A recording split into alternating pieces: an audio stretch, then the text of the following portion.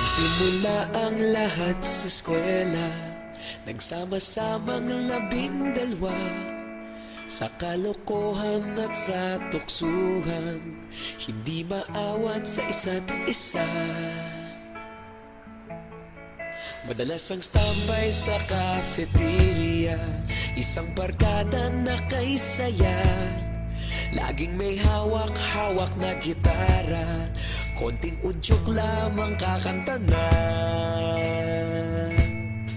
Kay simple lamang ng buhay nun, walang mabibigat na suliranin. Problema lamang laging kulang ang datong. Sana napunta ang panahon? Sana nga ba? Sana nga ba? Sana napunta ang panahon? Sana nga ba? Sana nga ba?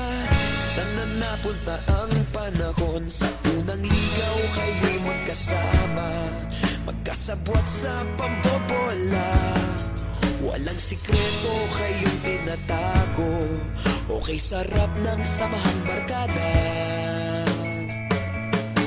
Nagkawatakan na sa kolehiyo, kanya-kanya na ang lakaran. Kahit minsanan na lang kung magkita, pagkakaibigay hindi nawala. At kung saan na napadpad ang ilan, sa dating eskwela meron ding naiwan. Meron pa ng mga ilang nawala na lang, nakakamiss ang dating samahan. Sana nga ba? Sana nga ba? Sana nga bang barkada ngayon? Sana nga ba? Sana nga ba? Sana nga bang barkada ngayon?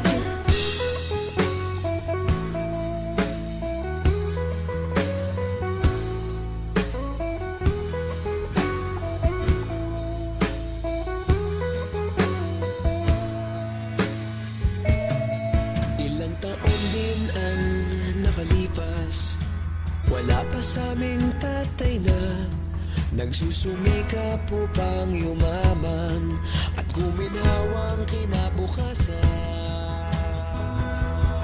Paminsan-minsan kami nagkikita, mga naiwan at natira.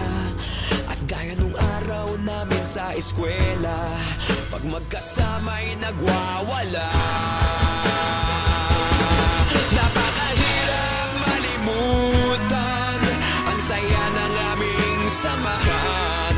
Kahit lumipas ng ilang taon, magkabarkada pa rin ngayon.